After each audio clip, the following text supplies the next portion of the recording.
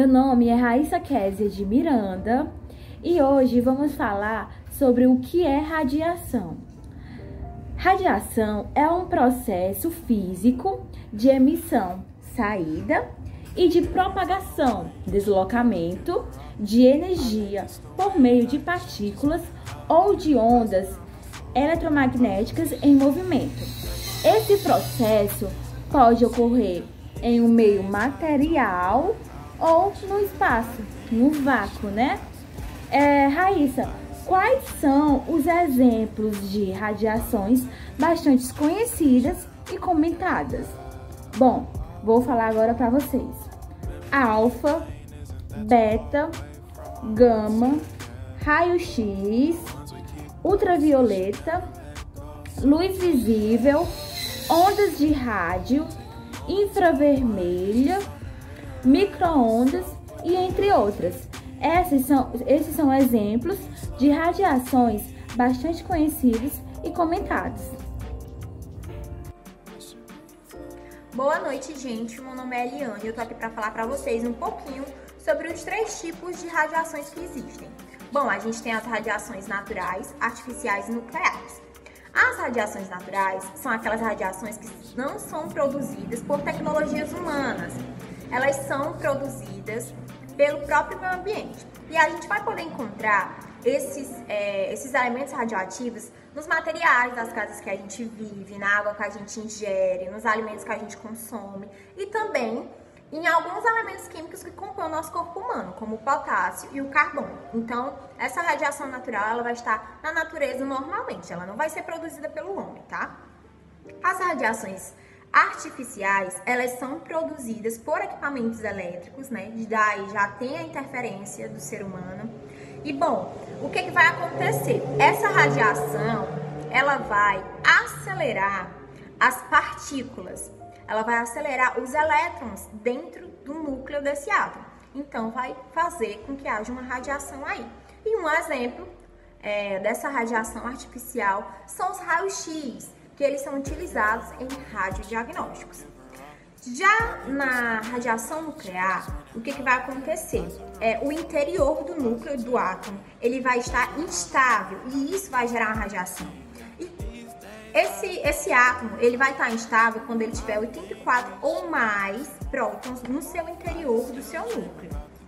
Bom, e nessa radiação nuclear, a gente vai ter 3 tipos. A alfa, a beta e a gama, tá? A alfa, ela vai ser composta por 2 elétrons e 2 nêutrons no seu núcleo e vai apresentar baixo poder de penetração. Então, assim, da alfa, da beta e da gama, a alfa é a que menos prejudica a gente, tá? Já a beta, ela vai ser composta por 1 elétron e ela vai apresentar um poder de penetração bem maior do que as radiações alfa, gama e também a radiação artificial raio-x, tá bom? Então, ela vai ser a pior de todas. Já na radiação gama, ela vai ser uma radiação eletromagnética, né? E justamente, igualmente, a radiação raio-x, o que vai diferenciar a radiação gama da radiação raio-x são as suas fontes, porque a gama, ela vai ser uma radiação nuclear e a raio-x, ela vai ser proveniente, né, de ação humana. Então, elas duas vão apresentar um poder de penetração bem alto também. Como vocês viram agora há pouco o que seria radiação, para vocês poderem entender mais, vocês precisam saber que existem tipos de radiação. E por que existem tipos de radiação? Porque a radiação, ela interage com a matéria de maneira diferente. Então, se ela interage de maneira diferente com determinadas matérias, vai existir tipos de radiações diferentes, principalmente de acordo com as frequências de ondas, que nós vamos ter radiação não ionizante e a radiação ionizante. Mas então, o que é ionizar?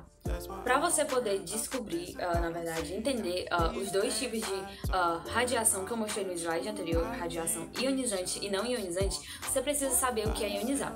Ionizar é um processo em que um átomo ou molécula perde ou ganha elétrons para formar íons. Então, descobrimos o que é ionizar.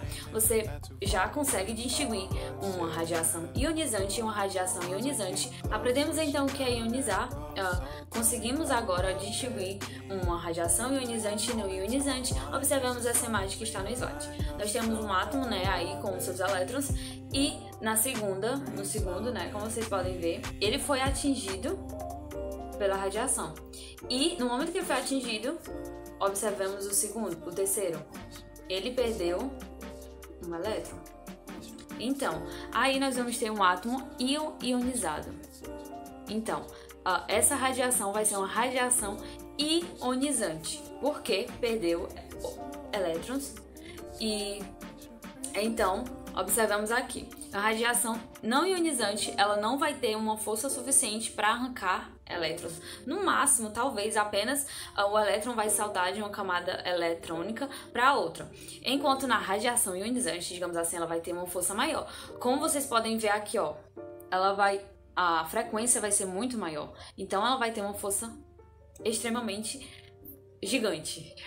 Então, na radiação não ionizante, nós observemos que vai ser quais? Ondas baixas, rádio, micro-ondas e infravermelho. E na radiação ionizante, aquelas que vão ser mais fortes, nós vamos ter a ultravioleta e raio-x e raio gama. E a ultravioleta, que é a que nós vamos trazer mais especificamente nesse trabalho, que pode ocasionar doenças, uma delas é o câncer, que vocês vão aprender um pouco mais à frente.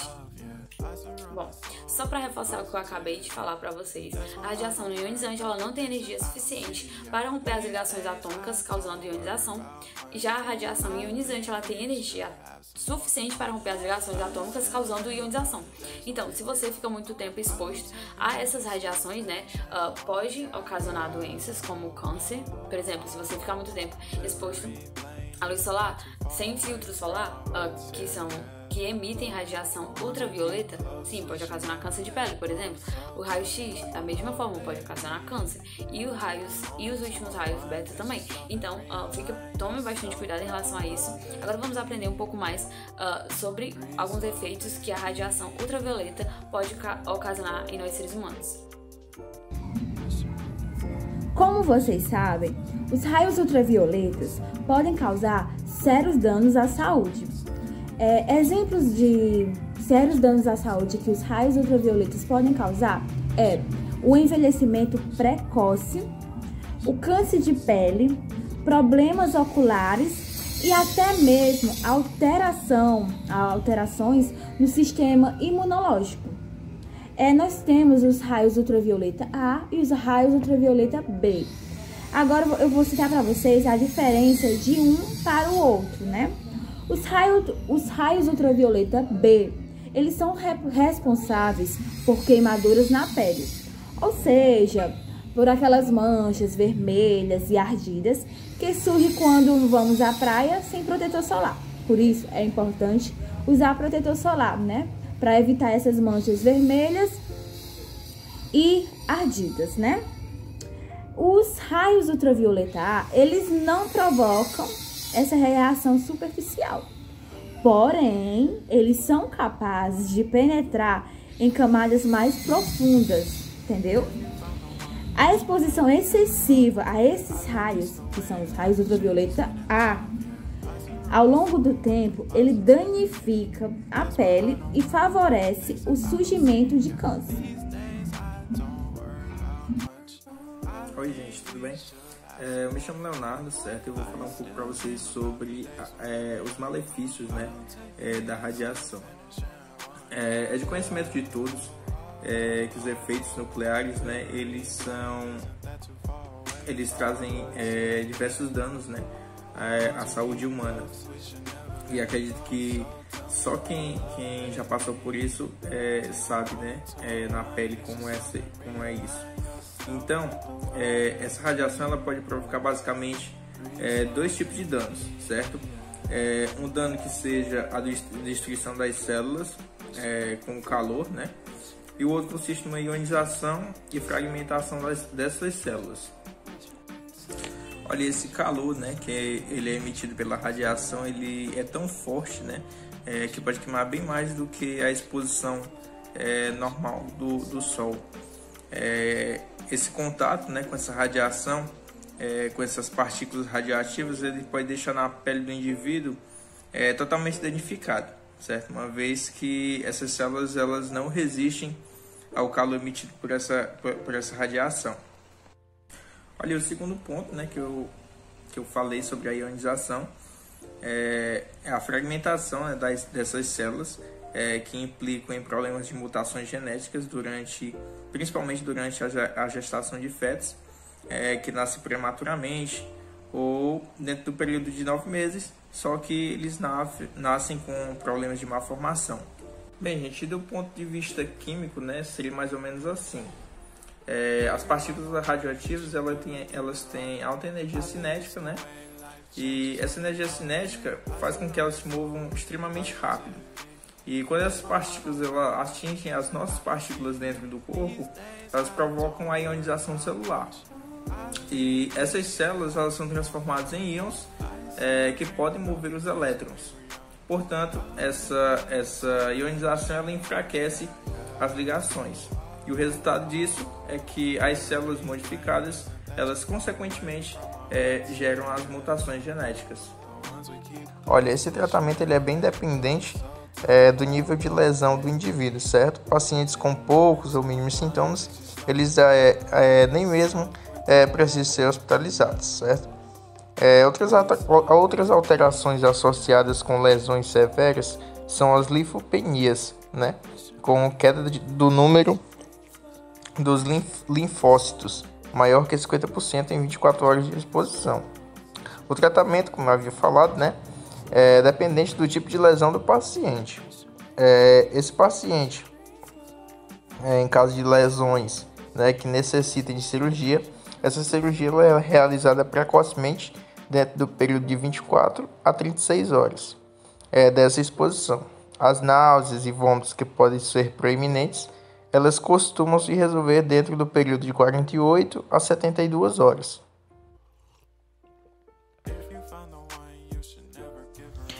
O sol ele é fonte de vitamina D e durante toda a história da humanidade tem sido usado como um dos recursos para tratar e prevenir diversas doenças, uma vez que ele aumenta a imunidade e ajuda na produção de hormônios importantes para o corpo humano, né? No entanto, a exposição excessiva à radiação solar ela pode causar inúmeros problemas à saúde e principalmente à pele. E um desses problemas que podem ser causados pelo excesso de exposição ao sol são as queimaduras, né? O excesso de exposição em horários de alta radiação, eles podem causar queimaduras severas na pele, principalmente em crianças e em pessoas de pele muito clara. Prevenir e evitar os horários entre 10 horas e 16 horas é a melhor estratégia. Mas o uso de protetor solar e roupas com proteção UV são outras duas ferramentas disponíveis para se proteger. Um outro problema, também causado pelo excesso de exposição ao sol, é o envelhecimento precoce. Então, quanto mais tomamos sol sem proteção, mais sofremos com o envelhecimento precoce da pele, que é conhecido também como fotoenvelhecimento. Outro problema também são problemas de visão, que também podem ser adquiridos com esse excesso de sol.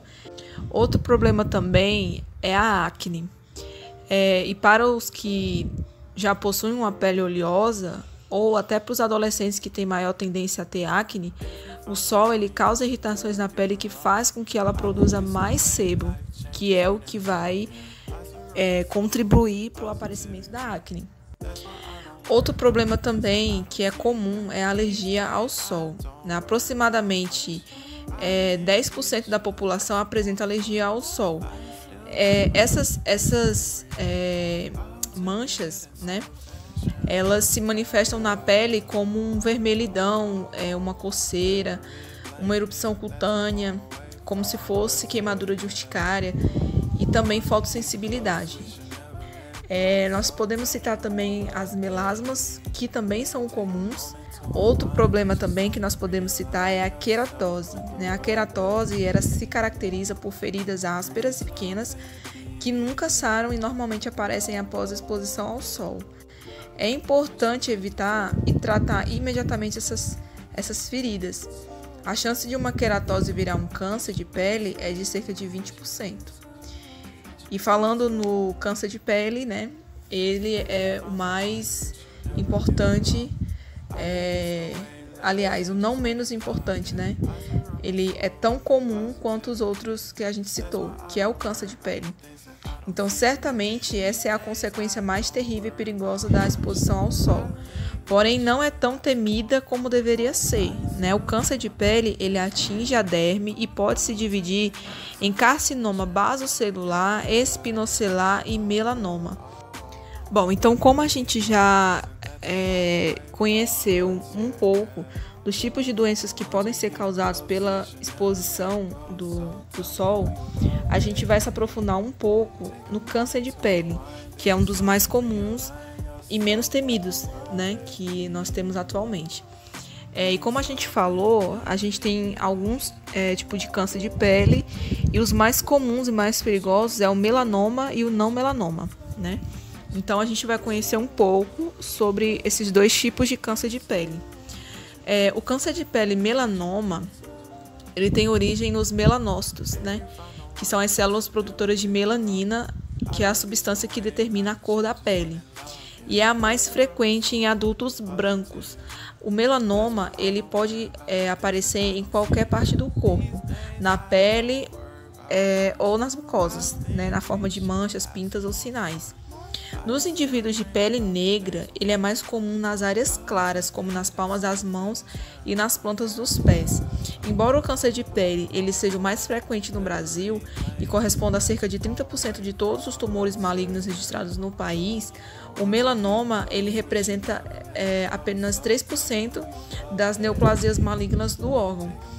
É o tipo mais grave devido à sua alta possibilidade de provocar metástase, que é a disseminação do câncer, né, para outros órgãos do corpo. E o diagnóstico desse tipo de câncer ele pode ser considerado bom se detectado em sua fase inicial. Então, nos últimos anos, houve uma grande melhora na sobrevida dos pacientes com melanoma, com esse tipo de câncer, principalmente devido à detecção precoce do tumor, né, e à introdução de novos medicamentos imunoterápicos. E agora falando sobre o câncer de pele não melanoma, ele é o mais frequente no Brasil e corresponde a cerca de 30% de todos os tumores malignos registrados no país. Ele apresenta altos percentuais de cura, né, se for detectado e tratado precocemente, né? Então, entre os tumores de pele, ele é o mais frequente e de menor mortalidade. Porém, se não for tratado adequadamente, ele pode deixar mutilações bastante expressivas. Então, o mais comum em pessoas, eles são mais comuns em pessoas com mais de 40 anos, né? O câncer de pele, ele é raro em crianças e negros, né? Com exceção daqueles que já são portadores de doenças cutâneas. O câncer de pele não melanoma, ele apresenta tumores de diferentes tipos. E os mais frequentes são o carcinoma basocelular, que é o mais comum e também o menos agressivo, e o carcinoma epidermoide. Bom, e o tratamento para esse tipo de câncer, né? A cirurgia ela é o tratamento mais indicado, tanto no caso de carcinoma basocelular como de carcinoma epidermoide. E, eventualmente, ele pode se associar à radioterapia à cirurgia, né? Então, no caso, além da cirurgia, ele pode associar também à radioterapia.